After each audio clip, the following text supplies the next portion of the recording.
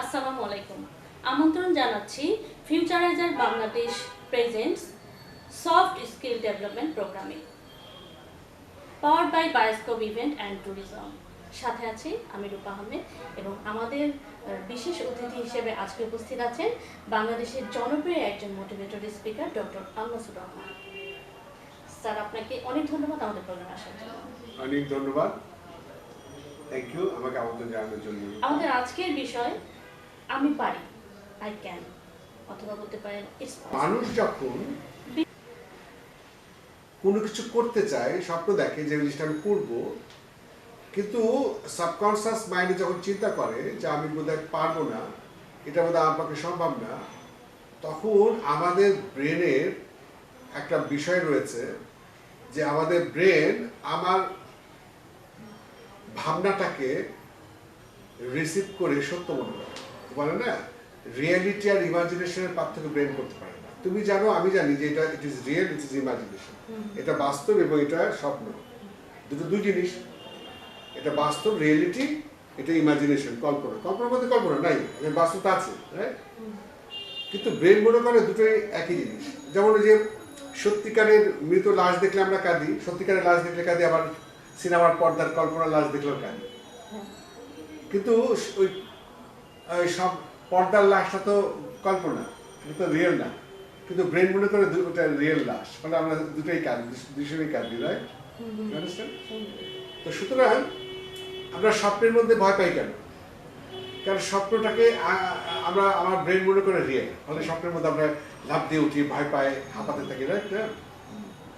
তাহলে আমি সফল হতে চাই, আমি ভাবছি, কিন্তু মনে মনে আমি ভাবছি যে এটা পসিবল না, তখন আমার কি হবে? ব্রেন মনে করবে ওটাই ঠিক। This is dangerous. এটাকে বলে সেলফ কনফিডেন্স। মানে আমি পারবো, পারবো মানে আমি সবসময় পারবো, মানে আমার মনের মধ্যে আমি যে বলেছি পারবো, এটা আমার সাবকনসিয়াস মাইন্ডও মনে করতে হবে, যে কোনো মানে আমার স্বপ্নে শয়নে সবসময় মনে করতে হবে পারবো মানে পারবো। This is call self confidence. কয়েকটা এক্সাম্পল দিলে তুমি বুঝতে পারবে। যেমন এই মোহাম্মদ আলী, সর্বকালের সর্বশ্রেষ্ঠ মুষ্টিযোদ্ধা, রাইট? তিনি কি বলছে জানো? উনি বলছেন যে আমি যখন মনে করতাম যে আমি গ্রেট, আমি সেরা বা আমি মহান, তখন কিন্তু আমি সেরা ছিলাম না।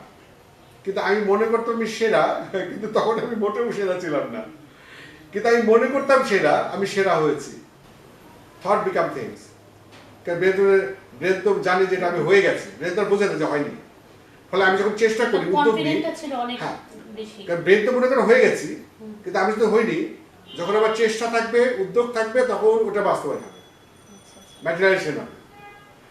আমি আরেকটা এক্সাম্পল, এই মোহাম্মদ আলীর কথাই বলি, সর্বকালের সর্বশ্রেষ্ঠ মুষ্টিযোদ্ধা। তিনি মঞ্চে গিয়ে কি বলতো জানো? উনি মঞ্চে কি বলতেন? No one better than me, I am the champion. বর্তমান সময়ে আমার মতন শক্তিশালী কেউ নাই, আমি চ্যাম্পিয়ন। মঞ্চে গিয়ে কেন বলতেন? মঞ্চে যে বলার সাথে সাথে তার ব্রেন মনে করতো ওইটাই ঠিক, পুরো বডিটার ওই শক্তিতে জাগ্রত হতো। This is call self confidence.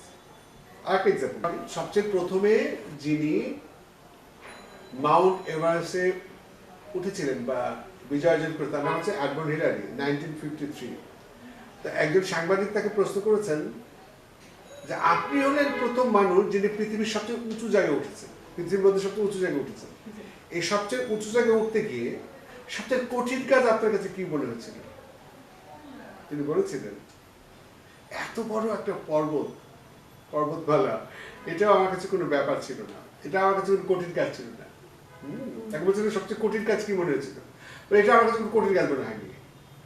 ওই যে বরফ ভেঙে ভেঙে পড়ছে, এটাও আমার কাছে কোনো কঠিন ব্যাপার ছিল না, ওটাকে অতিক্রম করা। এই যে অন্যদিকে হয়তো তুষারপাতের মতো কিছু একটা হচ্ছে, এটাও আমার কাছে কোনো কঠিন কাজ মনে হয়নি। আমার কাছে সবচেয়ে কঠিন কাজ মনে হয়েছিল যে এটা যে আমি পারবো,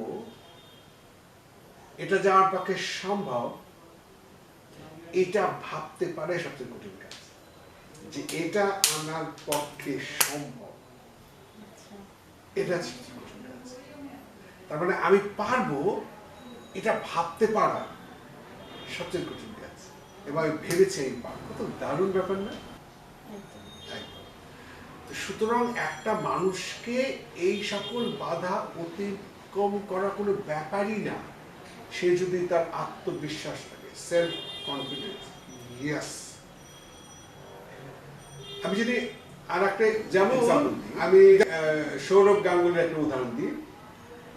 তো সৌরভ গাঙ্গুলি সেই দিন একটা আলোচনায় বলছিলেন যে তাকে সাংবাদিকরা প্রশ্ন করেছে যে যখন সচিন তেন্ডুলকর পৃথিবীর বিখ্যাত ওপেনার, বিখ্যাত ব্যাটসম্যান, হ্যাঁ সচিন তেন্ডুলকর বিখ্যাত ব্যাটসম্যান, তার সাথে যখন আপনি ওপেনিং এ নামতেন তখন তো আপনার কোনো পপুলারিটি ছিল না, আপনার জনপ্রিয় ছিল না, আপনি নাম করা ছিলেন না, তখন আপনার ভয় লাগতো না?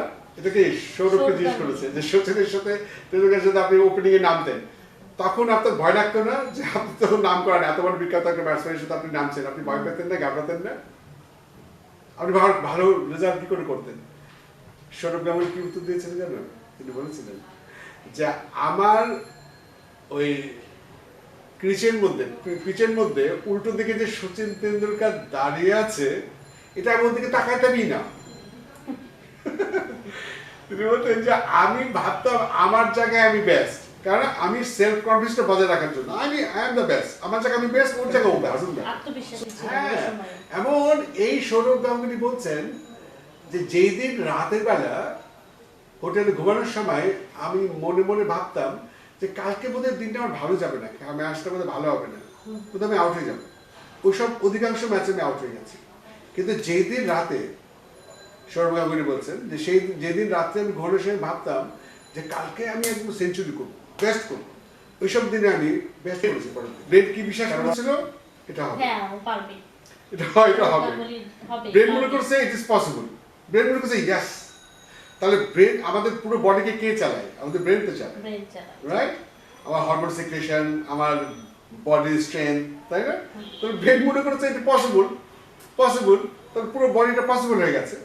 কিন্তু যেদিন সে ভেবেছে কালকে দিনটা খারাপ হবে, তার ব্রেন কি বিশ্বাস করেছে আসলে ভালো হবে না, তাহলে আমার পুরো বডিটা কাজ করবে। এবং সত্যি সেদিন খারাপ হয়েছিল। কি দারুণ না? This is call self confidence. কোনোভাবে আমার আত্মবিশ্বাসকে হারানো যাবে না যে কোনো কাজে। দেখো একটা জিনিস তোমাকে বলি, একই যোগ্যতায় তারা দৌড়াচ্ছে, দুজনে একই যোগ্যতায়, তা একজন ভালো করছে খারাপ করছে কেন? যখন একজনের মনে হবে না যে আজকে বোধহয় ওই পারবে, আমি পারবো না, বা আজকে বোধহয় আমি পারবো না, তো পুরো বডিটা অ্যাকশন করবে না। সর্বক্ষেত্রে, আমাদের যে কোনো ব্যবসার ক্ষেত্রে, যে কোনো প্রতিযোগিতার ক্ষেত্রে, যে কোনো ক্ষেত্রে আমার ইমাজিনেশন, আমার ভাবনা যদি নেগেটিভ হয়, তাহলে আমার ব্রেন এটা নেগেটিভলি রিসিভ করবে, আমার পুরো বডি অ্যাকশন করে যাবে। তাহলে আমরা আজকে এখান থেকে কি শিখলাম? আমরা এখানে ব্যাপক আলোচনা করতে পারতাম, আজকে অনেক আলোচনা করতে পারতাম। এই যে আমরা শিশুদেরকে ছোটবেলা থেকে বা আমরা বাবা মারা মানে ভালো বলতে গিয়ে বলি কি তোকে দিয়ে হবে না, তোকে তোর দ্বারা সম্ভব না, তুই একটা গাধা, তুই একটা বোকা। আমরা যদি বাচ্চাদেরকে এইভাবেই সবসময় বলতে থাকি না, তাহলে বাচ্চার ব্রেন কি মনে করবে? আসলে আমি পারবো না।